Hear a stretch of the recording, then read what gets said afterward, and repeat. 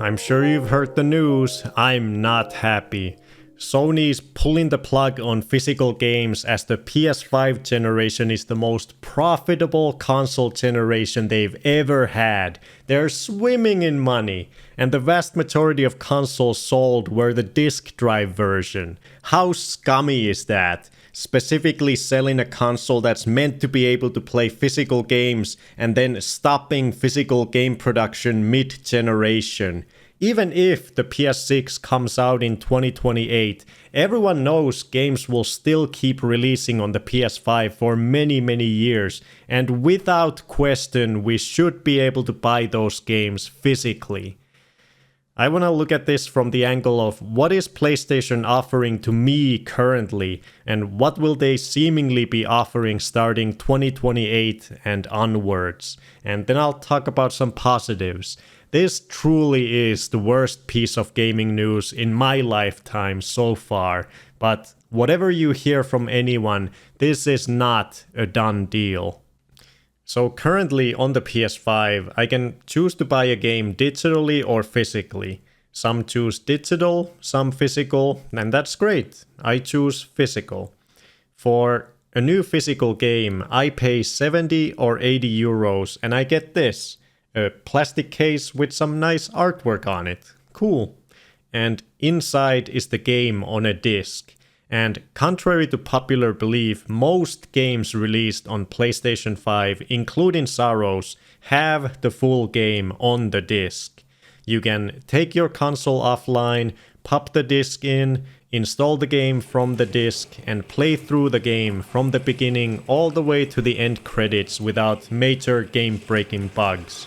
And that's very nice. It means I own this copy of the game and PlayStation has no way of taking it away from me. I can keep it and play it for the rest of my life. Or if in the future, for whatever reason, I'm in need of money or just don't want to keep the game, I can sell it to recoup some of the money I spent on it. Or I can be a nice uncle and give it to my niece or one of my nephews. Now, 70 or 80 euros is a lot of money for a game, but for me, someone who enjoys playing new games, all these added things that I listed make it worth it. So what is PlayStation seemingly offering starting January 2028? You have no options, you can only buy games digitally. Okay, so what do I get? I pay the same price, 70 or 80 euros, and in return they give me, in a very real sense, a temporary digital license to a video game that they can legally take away from me at any time for a number of potential reasons like account inactivity, PlayStation losing the license to sell that game, PlayStation shutting down the PSN store for that console, or PlayStation banning my account. The PlayStation Store has and will continue to have outages during which I may not be able to access my games. I can't sell that digital license to recoup any of my money, and I can't give it to my niece or nephews. Okay, that's certainly a product that you can sell. Depending on the game, I'd be willing to pay maybe between 20 to at most 40 euros for that product. That's how much value it has for me, not 70 or 80 euros. So if new games on the upcoming, most likely digital-only PS6 will cost 30 euros, I'll probably get that console. I'd still favor the Switch 2 or any other console that offered their games physically for most of my games, but I'd at least be happy to be able to keep playing games from Naughty Dog, Housemarque, Media Molecule, and other great developers who make PlayStation exclusives. But we know they're not lowering the prices of games. They are trending towards the exact opposite. Sony seems to just have these long-term plans that are eventually leading them down to just selling us a small box you hook up to your TV that you use to connect to their PlayStation version of Netflix. You pay a monthly subscription fee and you stream all your games. The monthly price will slowly but indefinitely keep rising.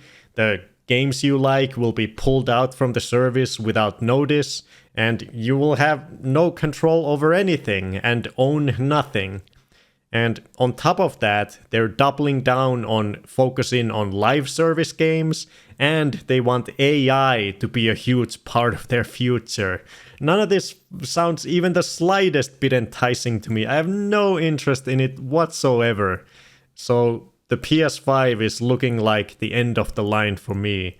And Sony seems fine with leaving me and others like me behind, because they think they'll be able to squeeze more money out of everyone who stays.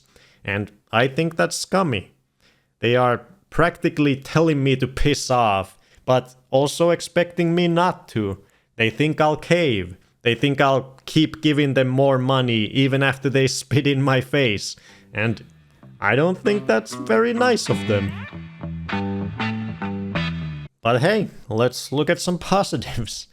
My first gut reaction to the news was like, shit. Well, thank God I love retro games. It really gave me renewed appreciation for my game collection.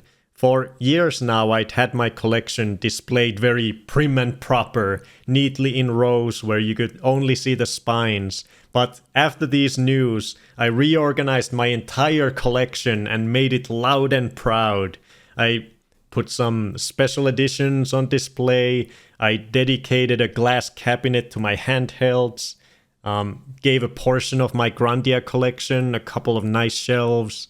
And I even brought my CRT back to the living room. I love this hobby and I want it to show. It also made me finally buy and start buying a bunch of games I'd been interested in for years that I hadn't gotten around to, like Professor Layton, Okage Shadow King, Twilight Princess and Skyward Sword, the two last remaining main series console Zelda games that I haven't played yet, Lumines, Lost Odyssey. I'm loving this game so far. That badass opening cinematic where you see your main character for the first time just slicing through an army of enemies on the battlefield, and how it seamlessly transitions from the cutscene into the turn-based combat. That was so cool. I'm 20 hours into the game and it's just so well written, especially the sort of dream sequences. In just the first hour and a half of the game, it made me tear up twice. There are thousands of incredible games like this out there. I will never run out of new old games to play, so it's nice to know there's always something for me to fall back on, even if the current games industry goes off the deep end. So that's a positive. Another one is that the Switch 2 is still at the beginning of its life cycle, so we'll be seeing physical games on Nintendo for at least the next 5, 6, or 7 years, and potentially even further. I think Nintendo has a great opportunity to see the backlash that is happening and to double down on physical games going forward. Take a totally different road than Sony and Microsoft, like they have many times in the past. I would love that. And then I want to leave you with one more thing. We are still a year and a half from this taking effect for PlayStation. A lot of things can happen during such a long time. For all we know, the leadership at Sony may change, which could lead to any number of outcomes. Sony is broadcasting in interviews that they're already beginning the process of repurposing their only remaining disc manufacturing facility to make optical micro lenses for AI data centers instead. Some people are hearing this news and using it as an excuse to lay down and accept the shitty future they're proposing. And this may be wishful thinking, but I'd rather be a wishful thinker than a spitter in the facer. But I think if people keep up the pressure on this issue for long enough, there absolutely is a chance Sony will reverse course in one way or another. I don't even think a full reversal is completely out of the question if things start looking bad enough for them. But if not a full reversal, if forced into a corner, who's to say they won't at least make an optional disk drive for the PS6 and then let other companies keep making physical discs for PlayStation games? Sony is not the sole company that manufactures Blu-ray discs, so those other companies could continue making discs for Fangamer, for IM8-bit, for Super Rare Games, for Limited Run Games, any of these boutique publishers. And I think if that were to happen, even more of these types of publishers would start popping up, and that could be one way to keep physical games alive on PlayStation. It wouldn't be as good as what we have currently, but it would be a hell of a lot better than the digital-only future they're trying to lead us down.